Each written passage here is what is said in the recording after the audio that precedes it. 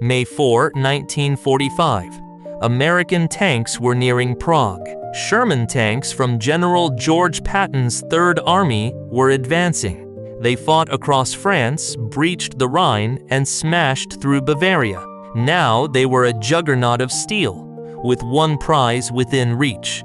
Prague, the ancient capital, lay just 50 miles to the east. In a mechanized war, 50 miles was an easy morning's drive. The road was wide open, filled with the roar of American engines. But then, a desperate signal pierced through that mechanical sound. Prague radio broadcast a message that haunted the West. Prague calling. Americans, come quickly. We are fighting Germans. Please help. The Wehrmacht was dissolving before Patton's eyes. German soldiers streamed west, desperate to surrender. They feared the Red Army and saw American capture as salvation. Entire German divisions seemed to beg for U.S. capture. And where were the Soviets? Marshal Ivan Konev's forces were days away. The race was practically won before it began. Americans had fuel, firepower, and an open door. The Czech resistance was seizing control, urging Americans to close the gap. But then, the unthinkable happened. An order came: halt. Do not take Prague. General Patton raged, staring at a map that made no sense. Meanwhile, hundreds of miles away, a darker drama unfolded. In London, Winston Churchill was consumed by a terrifying vision. He frantically sent telegrams, pleading and warning across the Atlantic. He saw what the American generals did not. The war against Hitler was over, but the war for Europe's soul was starting. On the other side of the channel, General Dwight D. Eisenhower remained unmoved. He looked at a military map. Churchill looked at a political one. This disconnect sealed a nation's fate. This is the story of why the West stopped short of history, why Churchill's pleas were ignored, leaving a nation to trade one dictatorship for another for 41 years. To understand Eisenhower's halt at Pilsen, we look back to the Elbe River.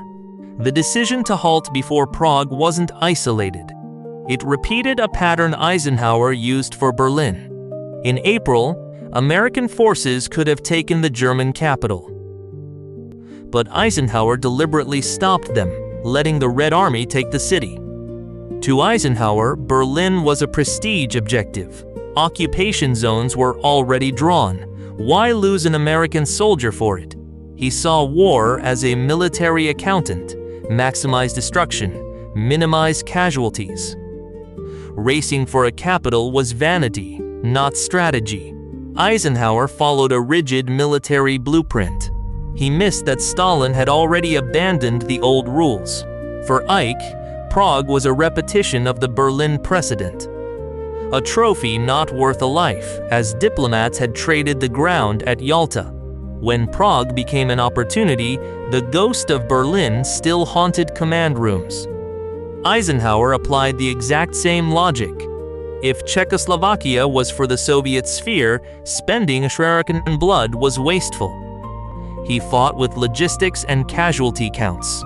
Unaware, he entered a war of symbols and ideology. This logic was amplified by a vacuum in Washington. Franklin D. Roosevelt, the alliance's leader, had died on April 12. Harry Truman was thrust into the Oval Office, inexperienced and overwhelmed.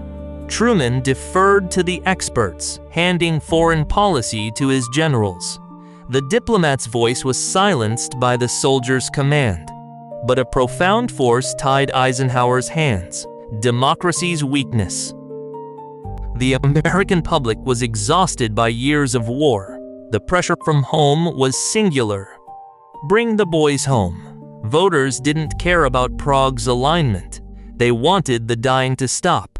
Stalin faced no such pressure, no grieving mothers writing letters. He could spend soldiers' lives like currency for territory and leverage. This created a fatal asymmetry on the battlefield. The dictator played for empire.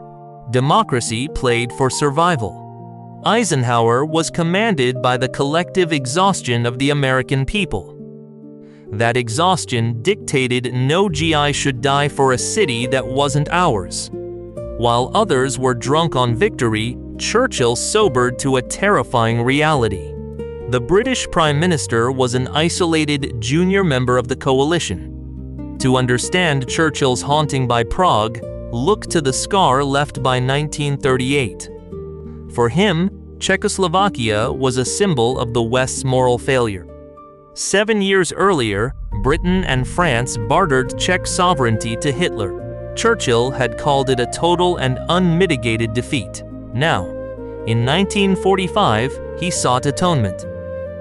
He wanted to wash away the stain of Munich. He believed the West owed a profound debt of honor to the Czech people. Liberating Prague was the only way to right the past's wrongs. If they failed, the moral stain would be permanent. Driven by strategic fear and personal guilt, Churchill launched an offensive. It was a campaign not of bombs, but of telegrams. He bombarded Washington with messages shifting from advisory to frantic. On April 30th, he sent a pivotal cable to President Truman. He wrote, abandoning niceties for realpolitik. The liberation of Prague might make the whole difference to the post-war situation. Churchill tried to teach Americans a lesson in high-stakes leverage. He knew only possession mattered to Stalin once shooting stopped. If the West held Prague, they could trade it for guarantees of freedom elsewhere. The climax came on May 4th. With Patton's engines idling hours from the city, Churchill messaged Eisenhower directly. Freeing Prague was the sole avenue to correct the past's grave injustices. Failure now would leave an indelible moral blemish. Fueled by this intense blend of strategic apprehension and personal remorse, Churchill initiated a critical diplomatic push. This effort relied not on munitions, but on written communiques. From late April into early May, he flooded Washington with dispatches that transitioned from cautionary to urgent. On April 30th, he dispatched a crucial message to President Truman. Setting aside courteous diplomatic phrases for the blunt language of pragmatic politics, he conveyed, "There is considerable certainty that your forces liberating Prague and the maximum feasible portion of the territory of Western Czechoslovakia could significantly impact the entire future landscape of Czechoslovakia and quite possibly influence those of neighboring nations." Churchill aimed to instruct the Americans on effective high-stakes negotiation. He was urgently seeking a valuable bargaining element. He recognized that once hostilities ceased, possession was the only language Stalin understood. If Western powers controlled Prague, they could exchange it for assurances of independence in Poland or the Balkans. The peak of this somber exchange occurred on May 4th. With Patton's vehicles poised just hours from the city, Churchill bypassed official diplomatic channels and communicated directly with Eisenhower. It was a communication that revealed no pretense of authority whatsoever. It was a desperate plea. He wrote, "I'm hopeful that your strategy won't prevent your advance towards Prague. I would greatly appreciate it if you could inform me of your decisions." In the language of diplomacy at that time, this represented Churchill pleading for help. He was urging Eisenhower to understand that the military goal and the political objective were identical. He was urgently stating that the conflict hadn't truly ended simply because the Germans were surrendering. However, to Eisenhower, these messages were just a distraction, political meddling in a purely military undertaking. The Supreme Commander placed the proposal aside, adhering to his designated boundary on the map, leaving Churchill alone in London to witness his prediction of a divided Europe materialize. To comprehend the actual reason Eisenhower disregarded Churchill, we must look past Czechoslovakia's borders to the far side of the planet. It's easy to forget that when Germany surrendered, the war continued. The Empire of Japan was still fighting with an incredibly fierce, self-destructive spirit. Washington faced the frightening prospect of Operation Downfall, the invasion of Japan's main islands. Pentagon projections were dire, forecasting up to 1 million American casualties. This horrifying possibility heavily influenced American strategic thinking. General Marshall and the Joint Chiefs had made one directive absolutely clear. The United States critically required the Soviet Union's involvement in the conflict against Japan. They needed the Red Army to crush the Japanese forces in Manchuria, thereby saving American lives. This was the influence Stalin held over the Western Allies. Eisenhower was functioning under immense pressure to avoid any action that might jeopardize Soviet participation in the Pacific War. In the cold, logical calculations of global conflict, Prague became a pawn to be sacrificed. Eisenhower was essentially bartering the freedom of the Czech people for the safety of American soldiers on the beaches of Japan. Nevertheless, it is a misconception to assume the American government was in complete agreement on this choice. The misfortune of 1945 also stemmed from the fact that expertise within the United States itself was overlooked. While President Truman, lacking experience and feeling overwhelmed, relied on his generals. A silent yet intense struggle was occurring within the State Department. Experienced diplomats such as Joseph Grew, the Under-Secretary of State, and Averell Harriman, the ambassador to Moscow, grasped the Soviet mindset much better than the military leadership did. They were raising a strong and unambiguous warning. Much like Churchill, they observed the reports emerging from liberated Poland and Romania, noting the arrests of democratic leaders, the suppression of the press, and the ominous presence of the secret police. Harriman famously cautioned Truman that the Soviets were not freeing countries but conquering them, initiating a savage invasion of Europe. These diplomats argued that the military dividing lines established today would transform into political barriers tomorrow. They implored Truman to reconsider the halt order, contending that Prague represented the final connection to Eastern Europe. Yet, during the spring of 1945, the military perspective overshadowed the diplomatic warnings. The issue of Japan acted like a powerful gravitational force, influencing every decision. Truman selected the straightforward clarity of Eisenhower's military reasoning over the complex, muddled warnings from his own State Department. The experts were correct, but the military commanders were in control. Eisenhower, for his part, demonstrated a dangerous lack of political awareness. He trusted his personal relationship with Marshal Zhukov and believed Stalin's assurances of free elections. He mistakenly thought he was cooperating with an ally. He failed to recognize he was dealing with a rival who perceived every interaction as a temporary maneuver in a ceaseless conflict.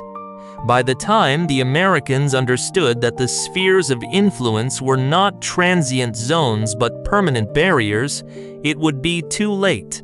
While the diplomats in Washington and London debated maps, the individual with the actual power to alter history was restlessly pacing in his headquarters. General George S. Patton was a man driven by forward momentum.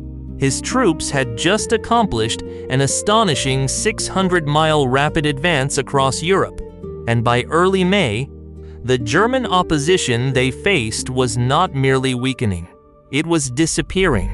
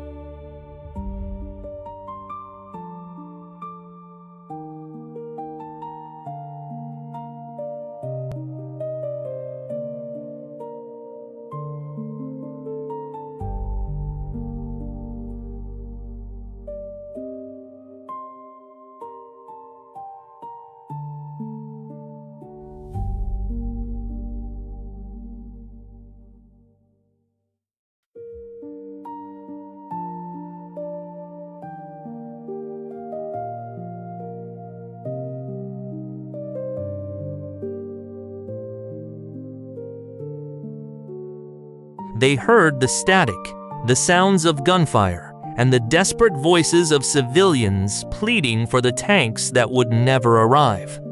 Instead of aid, the German SS units reacted with the ferocity of a severely injured animal. They directed heavy artillery fire at the city, using women and children as human shields to clear the barricades. Amidst this widespread confusion, one of the most peculiar and unfortunate side stories of the war unfolded. The account of the Russian Liberation Army, known as ROA, under the command of General Andrei Vlasov. These were Russian soldiers who had switched allegiance to fight for Hitler.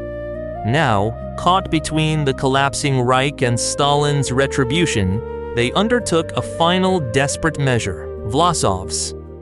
Battalions changed their allegiance once more and entered Prague, not to harm the Czechs, but to rescue them. For 2 crucial days, it was these defectors, not the Allied forces, who engaged the SS in the streets. They fought valiantly, hoping to earn the right to surrender to the Americans. They dispatched envoys rapidly towards the American lines, essentially offering Prague to Patton on a silver platter. However, the American response was characterized by devastating bureaucracy. Adhering to the halt order, Eisenhower declined to grant them sanctuary. Realizing their fate was sealed, the Vlasov soldiers escaped into the forests to confront mass suicide or execution by the Soviets. The Czechs were once again left to fend for themselves. Meanwhile, just 50 miles away in Pilsen, the atmosphere within the American encampment was deeply negative. Soldiers of the 16th Armored Division sat atop their tanks, forced to listen to the desperate cries for help broadcast on the radio. At night, they stood on elevated ground and observed the sky glow red from the fires of the Prague uprising. They were close enough to witness the city ablaze. Yet, they were constrained by a geographical line established by individuals situated thousands of miles distant. Inside his command post, General Patton was absolutely furious. His anger was profoundly moral. Unlike Eisenhower, Patton harbored no misconceptions regarding the honorable Soviet ally. He perceived the Red Army as a barbaric force that would engulf Europe entirely. He viewed the halt order as a betrayal of the very populations they had intended to liberate. He passionately appealed to General Omar Bradley over the telephone, his voice shaking with intense anger. He even proposed an unauthorized plan. He begged Bradley for permission to get lost, to feign communication failures, so he could unintentionally liberate Prague and seek absolution afterward. However, the directive remained absolute: halt. To Patton, this was more than a strategic misstep. It was a signal of weakness conveyed directly to Stalin. He argued that if the United States was unwilling to even occupy a city they were already positioned beside, they were communicating to Moscow that the West lacked the resolve for the future conflict. As he observed the smoke rising above Prague, Patton realized with acute disappointment that the United States was victorious in the war, but was sacrificing its integrity. The silence of the American armaments during those 4 days conveyed a stronger message than any artillery barrage they had fired throughout the war. Finally, on May 9, 1945, the Soviet tanks advanced into Prague. The Soviet propaganda apparatus promptly shaped the narrative that would oppress the nation. The Soviet Union rescued you. The West abandoned you. President Edvard Beneš returned from his exile in London, hoping to reinstate the democratic republic for which he had struggled. However, he arrived to find a snare. Because Eisenhower had halted at Pilsen, Beneš possessed no bargaining power. He found himself governing a capital that had been physically liberated but was politically under occupation. Churchill was not merely displeased at being sidelined. He was deeply apprehensive about the silence descending upon the territories already under Red Army control. On May 12, as the reality of Prague's subjugation became apparent, he dispatched a communication to Truman. Almost a year prior to his famous public declaration in 1946, he privately cautioned the president with a phrase that would characterize the subsequent 40 years. An iron curtain has descended across the continent. We are unaware of what transpires behind it. For 3 brief years, Beneš attempted to maintain a delicate equilibrium. But without the physical presence of the Western powers, that balance was destined to fail. In February 1948, the trap was sprung. The Communist Party, supported by the imminent threat of the Red Army, executed a coup that compelled Beneš to concede. The tragedy was embodied in the demise of John Masaryk, the foreign minister and son of the nation's founder. Masaryk was a proponent of the West, an individual Churchill admired. On March 10, 1948, his body was discovered in the courtyard of the Foreign Ministry, directly below his bathroom window. The authorities declared it a suicide. The rest of the world knew otherwise.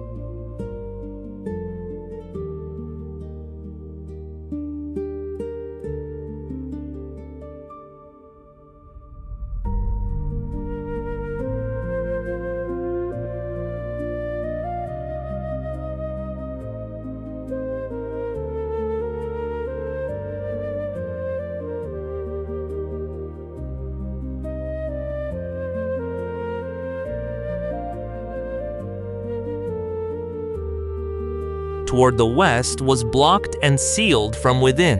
The resonance of 1945 echoed once more 20 years later, in 1968, when the Czechoslovakian people attempted to assert their freedom during the Prague Spring, envisioning a form of socialism with a humane character.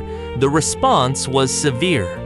Tanks from Warsaw advanced along the very same streets to suppress the movement for reform. Those Soviet armored vehicles occupied that territory because 23 years prior, American tanks were instructed to halt their engines a mere 50 miles away.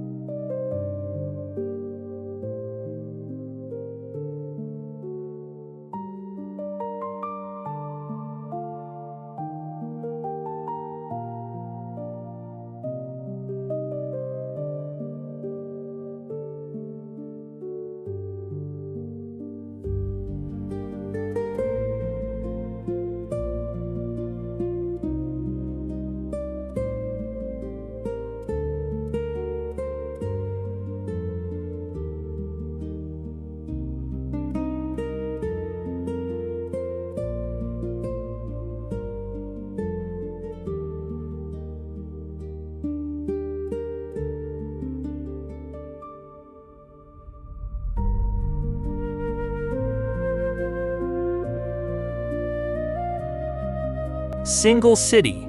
It was a prophetic declaration, and it stands as the fitting, somber epitaph for this tragic event.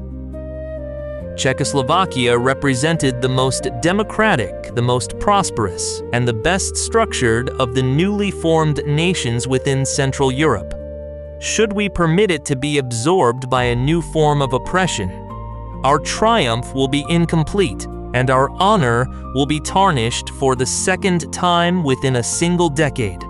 The American forces departed, the boundaries were redrawn, and indeed, honor was compromised. It serves as a crucial reminder that while the resolutions of warfare are often made in a single moment, their consequences and their associated costs can persist for an entire lifetime. Departed, borders were established, and the honor was indeed compromised.